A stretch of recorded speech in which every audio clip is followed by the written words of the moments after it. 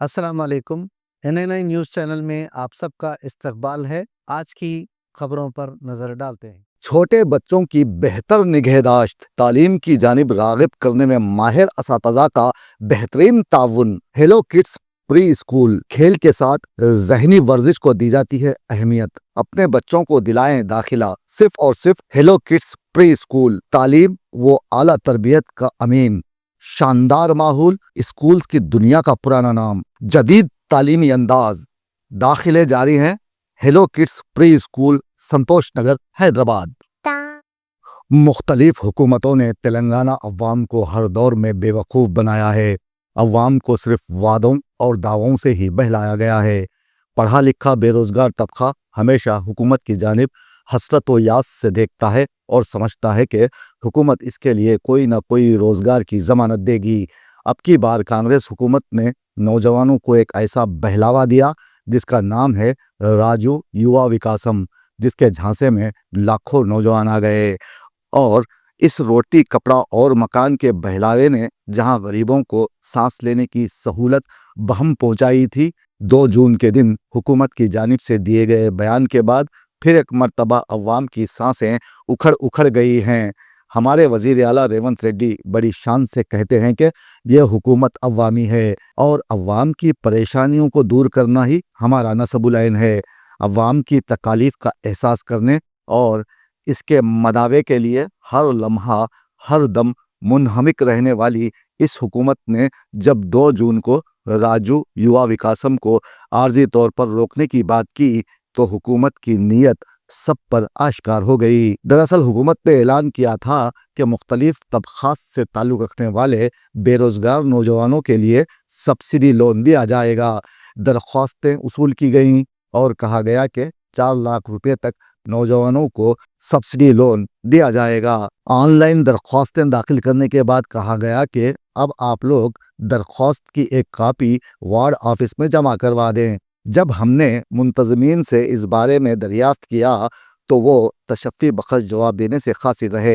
इसके चंद दिनों बाद कहा गया कि अब वार्ड ऑफिस नहीं बल्कि मंडल ऑफिस में दरख्वास्तों की कापियां जमा कर दें। नौजवानों ने जब पूछा कि हमने वार्ड ऑफिस में पहले ही दरख्वास्त जमा कर दी है तो इस ताल्लुक से हुकूमत कोई जवाब देने से क़ासिर रही। उसके बाद मंडल दफ्तर से चंद अफराद को फ़ोन किया गया और उन्हें हिदायत दी गई कि वो अपनी दरख्वास्त लाकर जमा कर दें। ऐसे में यहाँ कहना सिर्फ यही है कि लाखों नौजवानों ने इस स्कीम के तहत दरख्वास्तें दी हैं।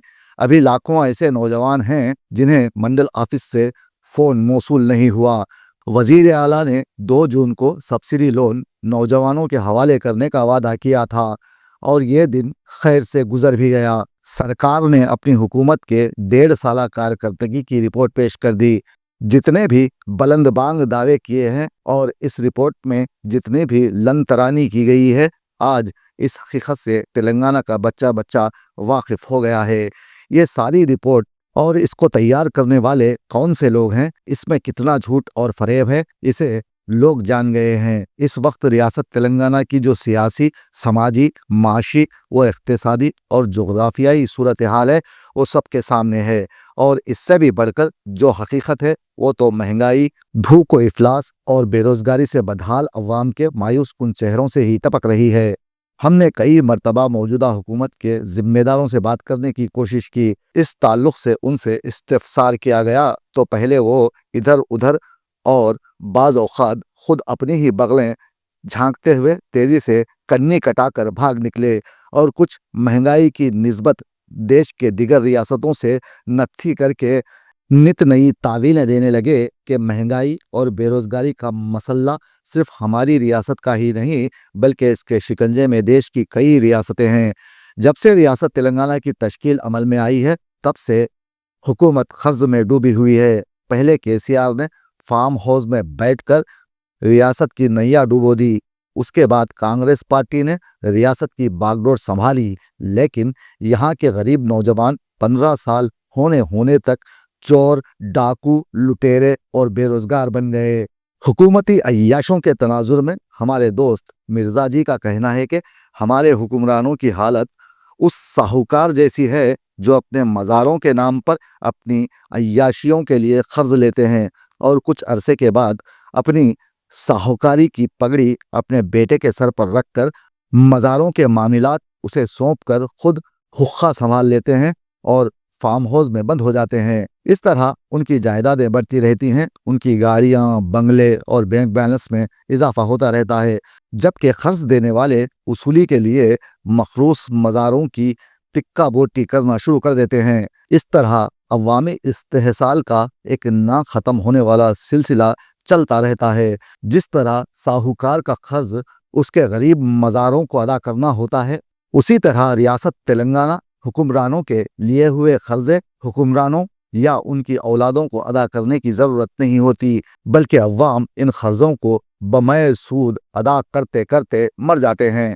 हालांकि ये बात मौजूदा हुकूमत जानती है, बीआरएस ने तेलंगाना को मकरूज कर दिया है, फिर भी मौजूदा हुकूमत पिछली हुकूमत में की गई गलतियों को दोहरा रही है और आने वाली नस्लों को भी अपनी नाअहली के कारण खर्च की भेंट चढ़ा रही है। कहने को तो हुकूमत नाकाबिल तरदीद हक़ाइक़ के बावजूद अवामी बेहतरी का राग अलापते नहीं थकती, लेकिन इफ़रात ज़र और बेतहाशा कर्ज़ों के हुसूल के नतीजे में आम आदमी के मसाइल में इजाफा हुआ है। ये बात शायद हुक्मरानों के तसव्वुर ही में नहीं। राजीव युवा विकासम नामी स्कीम का पिछले महीने ऐसा शोर मचा कि नौजवान नशे से जागे और जल्दी जल्दी दरख्वास्तें दाखिल की।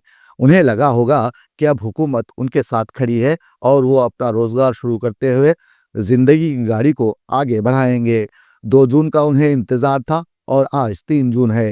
हुकूमत ने 2 जून को दो टोक अंदाज में कह दिया कि दरख्वास्तों की जांच न हो सकी, इसलिए इस स्कीम को आर्जी तौर पर ठंडे बस्ते में डाला जा रहा है। वाह रे तेलंगाना के नौजवानों की किस्मत, आखिर उन्हें कब मिलेगा सुख का सांस और इस्तेहकाम। तमाशा दर तमाशा और मजाक दर मजाक का सिलसिला शिद्दतों और रानाइयों के साथ तभी से शुरू हो गया था जब हुकूमत ने इस स्कीम को शुरू करने का इरादा जाहिर किया था। ऐसे में अवाम को और चाहिए भी क्या। बेचारी और दुखियारी अवाम जो पहले ही मुश्किलात के भंवर में फंसी अंधेरों में डूबे सिसकियां भर रही है, 2 जून का इंतजार करती रही और आज उन्हें समझ में आया कि ये भी जुमला था। स्कीम शुरू की गई, रुक भी गई, फिर शुरू होगी या नहीं ये कहना क़ब्ल अज़ वक्त होगा, लेकिन हुकूमत कह रही है कि इस स्कीम को शुरू किया जाएगा। कब, इसका जवाब कोई नहीं दे सकता। ऐसे में गरीब और बेरोजगार नौजवान फिर ज़हनी इज़्तिराब और मायूसी का शिकार होकर एक दूसरे का मुंह तक रहे हैं, जबकि तवील अरसे से शश-ओ-पंज में मुब्तला हुक्मरान अपने चेहरों पर ज़बरदस्ती मुस्कान सजाए फिर वही राग अलाप रहे हैं। हम बहुत जल्द इस स्कीम को शुरू करेंगे, बस दस्तावेज़ात चेक करना बाकी है।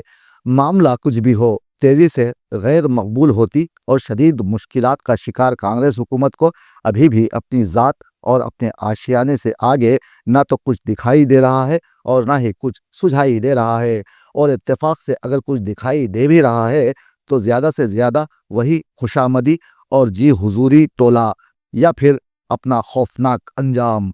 अब टोले में बहुत से वुज़रा, मुशीर, रुकन क़ानून साज कौंसिल, उर्दू अकेडमी में खिदमात अंजाम देने वाले, माइनॉरिटी फाइनेंस कॉरपोरेशन से ताल्लुक़ रखने वाले हजरात, जिन्होंने इस स्कीम से मुताल्लिक़ नौजवानों में शऊर बेदार करने की कोशिश नहीं की और दरख्वास्तों की जांच में पहल नहीं की गई।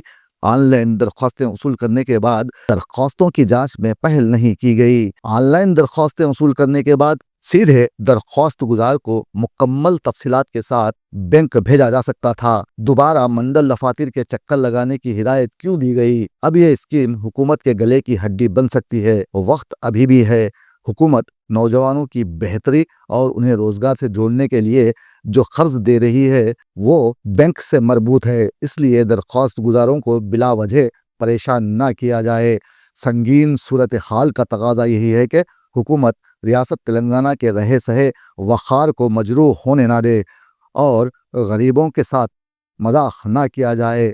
पहले स्कीम पर मुकम्मल काम किया जाए, उसके बाद उसे मंजर आम पर लाया जाए, वरना हुकूमत की नेक नियति मुतासिर होगी और लोग ये शेर कहने पर मजबूर हो जाएंगे कि ऐसे ही हुकूमत है, ऐसे ही इबादत है, ऐसे ही हुकूमत है, ऐसे ही इबादत है। ये शाह फ़कीराना मोहताज से अफजू है। भाई हमको जो है फार्म भर के दो वो की पूरी गवर्नमेंट, हम फोटोग्राफर थे यहाँ पर, اور جو ہے دو تاریخ کے دن بلاتے ہو کے بولے اس کا کوئی بھی جو ہے اس کو وہ نہیں ملا. ایک آس میں رکھی تھی گورنمنٹ ہمارے کو دیتی ہو کہ ہم آس میں تھے یہاں پر کچھ بھی کوئی بھی جو ہے ہم لوگ کچھ کاروبار کریں گے بول کے وہ کوئی سلا نہیں ملا. کچھ بھی کر دی تو گورنمنٹ ہمارے واسطے فائدہ مند رہیں گی اور اچھا بھی پڑتا ہمارے کو حساب سے ہمارے کو. سنیں آپ تو کر دو صاحب اچھا رہتا. ہم 2 تاریخ کے دن بلاتے بولے اب تو انتظار کرے کچھ بھی نہیں ہوا. جب پاس کر دیے نا سب کچھ ہمارا ہو گیا نا. جب ظلم و ستم کے کوہے گراں جب ظلم و ستم کے کوہے گراں روئی کی طرح اڑ جائیں گے ہم محکوموں کے پاؤں تلے ہم محکوموں کے پاؤں تلے یہ دھرتی دھڑ دھڑ دھڑکے گی اور اہل حکم کے سہ رخ پہ جب بجلی کڑ کڑ کڑکے گی ہم دیکھیں گے لازم ہے کہ ہم بھی دیکھیں گے.